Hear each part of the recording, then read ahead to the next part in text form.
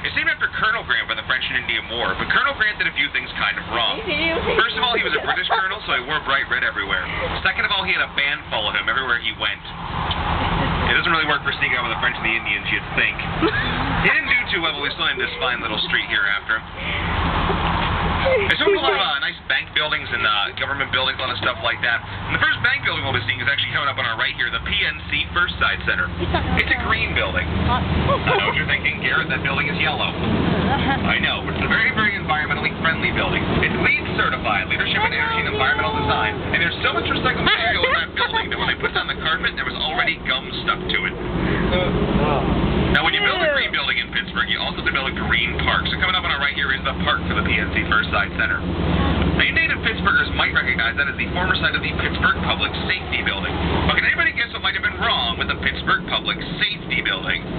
It wasn't safe, that's right. It was built with asbestos. So they cleaned it up as best as they could. Yeah, you have to start laughing now. The jokes are all downhill from here, I'm telling you. Couldn't quite clean the building up, though. They tore it down, they ground it up, and they made it into the sidewalk you see here in the park today. It's another recycled aspect of the area and 100% asbestos-free, I promise. There's a lot of nice statues and artwork throughout the park as well. And then there's these benches here that have inscriptions on the back. They're quotes from famous philosophers, U.S. presidents, other people who got up duck boats and made a name for themselves. But in just a moment here, we're going to be crossing over the Boulevard of the Allies just ahead of us. Now, the Boulevard of the Allies is named after our allies during World War I. And as we cross over it, just off to our right here, you can wave hello to Pittsburgh's Chinatown. And then wave goodbye to it, because that's it.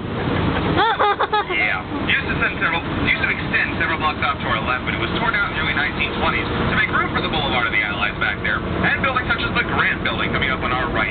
It's the oldest skyscraper in the city of Pittsburgh, dating back to 1920. To our left, we have One Oxford Center, the largest indoor shopping mall in downtown Pittsburgh. You can go in there, get a gold Rolex, a custom suit, an Apple iPad, a gift to your favorite narrator and or captain. Just saying.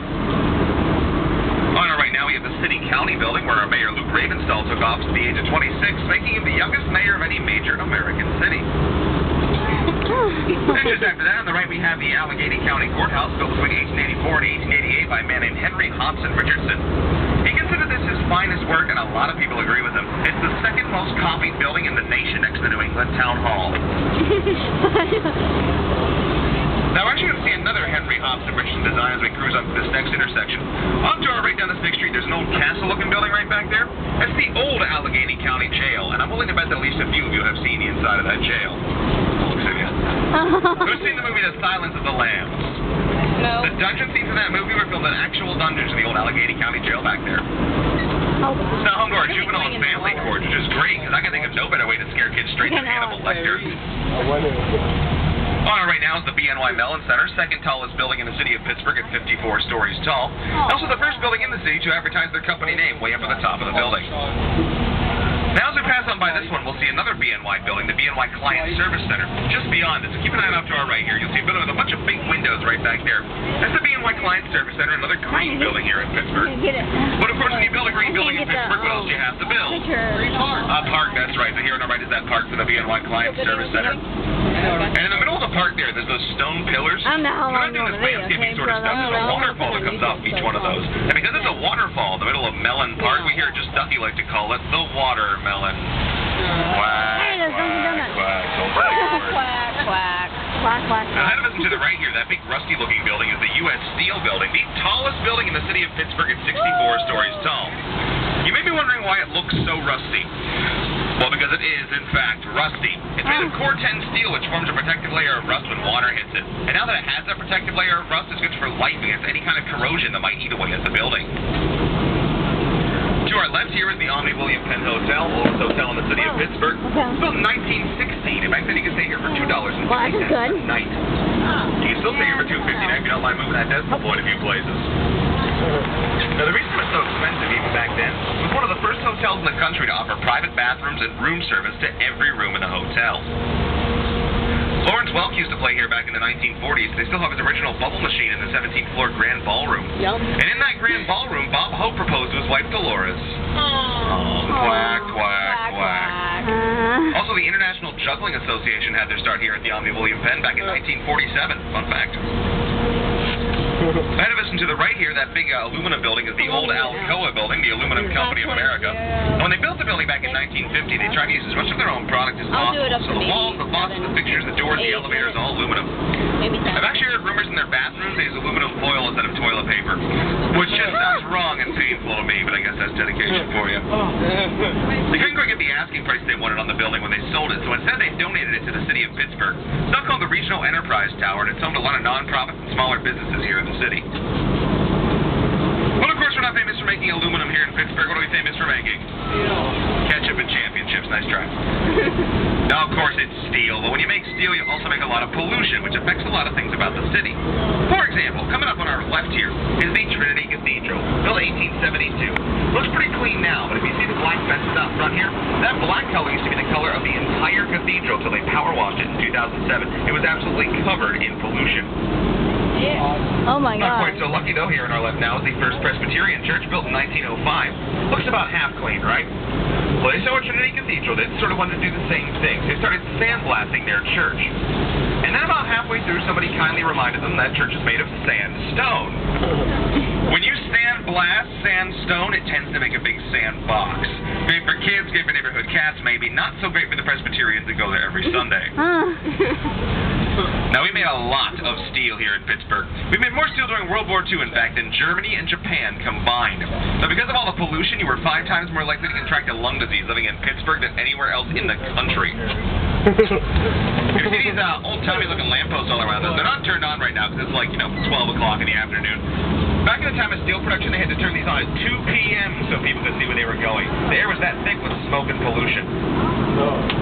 But we have cleaned up our act quite a bit here in Pittsburgh, and we don't clean up your act as well. So everybody sit up straight, check your hair, check your clothes, check your makeup. Because we're now entering Pittsburgh's cultural district. Where the Bobby dolls hang out. Coming up on our right is the Benedum Center, the 5th busiest theater in the nation by ticket sales.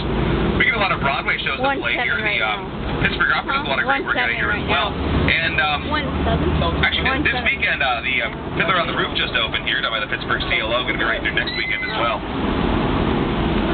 Coming up on our left, just ahead of us here, is the Agnes Arcats Plaza, where you can catch a free jazz concert every Tuesday night during the summer. It's coming on right now, actually. If you see these grand eyes in here, they double as art and chairs. Cost $50,000 a piece. Most expensive chair you may ever sit in. Wait, is it 17 or 170? On it right now is Theater Square, a cabaret-style theater built in 2004. It's basically a dinner theater. You sit around tables, you watch a show from there. Just after that, on the right, we have the O'Reilly Theater, a thrust-style theater built in 1999. The stage juts onto the audience. There's seating on 3 sides of it. Now, both those theaters were designed by Michael Graves. He won 14 Progressive Architecture Awards for designing the O'Reilly Theater. Now he's on kitchen appliances for Target. I probably didn't even get my whole entire face in there. What do I know? I don't get that phone. Quack, quack. Here on our left is Heinz Hall, opened originally in 1926 as the Lowe's Penn Movie Theater. In 1964, they shut the theater down. We're going to demolish it and put a parking lot here instead. But Jack Heinz, CEO of the Heinz Company at the time, didn't like that idea. He wanted a Venetian-style opera house put in this building instead. And in 1971, he got what he wanted, beautiful Heinz Hall here. It's now home of our Pittsburgh Symphony Orchestra, one of the best orchestras in the world. They are, in fact, the only North American orchestra to ever be invited to the Vatican to play for a pope. In 2004, they played for Pope John Paul II. Heinz Hall is also home to our PNC Pop Store, directed by a pretty popular guy, Marvin Hamlish. He's got an Emmy, a Grammy, an Oscar, and a Tony for his composing work. All right, now up ahead of us on the right, we're going to be rolling up to the Renaissance Hotel, one of only 2 4-diamond AAA hotels in the city of Pittsburgh. Also our biggest quack critics. They favor you guys. I need the biggest, loudest quack you've got for these guys at the Renaissance. They will be judging us. We have 4 other boats running. I want to be the loudest. Here we go. Get ready. Here it comes. On 3. 1, 2, 3. Quack! Quack! Quack! Kind of petered out there, but good start. Good start. Now, straight ahead of us here is the Roberto Clemente Bridge.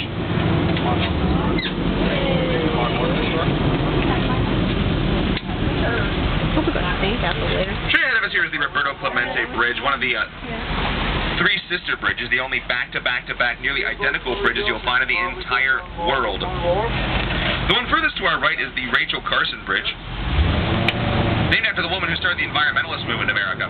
She wrote a book called Silent Spring with the Chatham University here in the city, ended up on the list of the 100 most influential Americans of all time. The bridge in the middle there Warhol Bridge, named for the 70s pop artist born here in Pittsburgh.